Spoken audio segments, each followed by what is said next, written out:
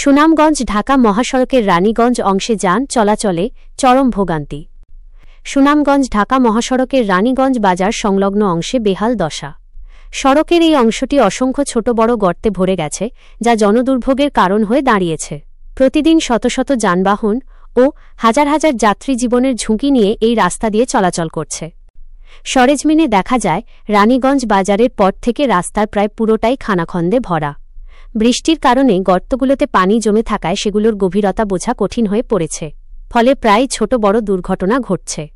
সম্প্রতি একটি যাত্রীবাহী বাস গর্তে আটকে পড়ায় দীর্ঘ যানজটের সৃষ্টি হয়।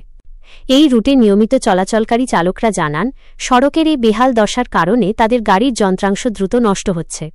একই সাথে দুর্ঘটনার ঝুঁকিও অনেক বেড়ে গেছে। তারা বলেন, রাস্তা দিয়ে চলাচল করা এখন যুদ্ধ করার মতো কঠিন। স্থানীয় বাসিন্দারা জানান, দীর্ঘদিন ধরে রাস্তাটির এমন করুণ অবস্থা।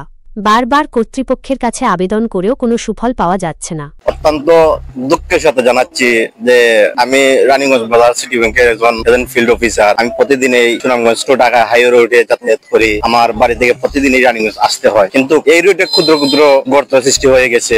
প্রতিদিন বৃষ্টি হয়, বৃষ্টি জমা হয়ে থাকে, কিন্তু এই রাস্তায় কোনো কাজ হয় না। এটা খুব দুঃখজনক বিষয়, কিন্তু এই বৃষ্টির কারণে প্রতিদিন এই দুর্ঘটনা ঘটছে। আমরা দেখে আসছি এই রাস্তা যত দ্রুত কাজ হবে তত আমাদের খুব উপকার হবে। আমরা এই দুর্ঘটনা দেখতে পাবো না। কিছুদিন আগেও এই রাস্তায় অনেক বড় ধরনের একটা দুর্ঘটনা ঘটছে এবং ছোট ছোট দুর্ঘটনা প্রতিনিয়তই ঘটছে। তাই আমি সবার দৃষ্টি আকর্ষণ করব, যাতে খুব দ্রুত অল্প সময়ের মধ্যে এই রাস্তা খুব উন্নত মানের হয় এবং কার্যক্রম হয়। এই সব ব্যক্ত করে জগন্নাথপুর প্রতিদিনের আমার অত্যন্ত শ্রদ্ধাভাজন সুজন ভাইকে ধন্যবাদ জানিয়ে আমি আমার সংক্ষিপ্ত বক্তব্য এখানে শেষ করছি।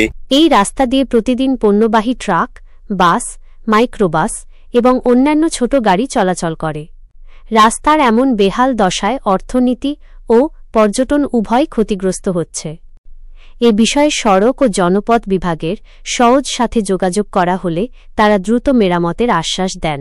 তবে স্থানীয়দের দাবি, শুধুমাত্র আশ্বাস নয়, তারা অবিলম্বে কার্যকর পদক্ষেপ দেখতে চান। এই পরিস্থিতিতে এলাকাবাসী ও যাত্রীরা দ্রুত রাস্তাটি সংস্কারের জন্য সরকারের উচ্চ পর্যায়ের হস্তক্ষেপ কামনা করছেন। Sunamganj to Dhaka high road, এখানে হাজার হাজার গাড়ি দৈনিক যাতায়াত করে। যে বাঙ্গা রাস্তা, কোন সময় কোন দুর্ঘটনা ঘটে, ওই তো যে দুর্ঘটনা ঘটছে কিন্তু কয়েকদিন আগে একটা দুর্ঘটনা ঘটছে। রাস্তা ভাঙ্গা হওয়ার কারণে অনেক সময় বড় বড় দুর্ঘটনা করতে পারে। আগামীতে আরো দুর্ঘটনা অপেক্ষা করে আমরা রাস্তা যদি ঠিক না হয়।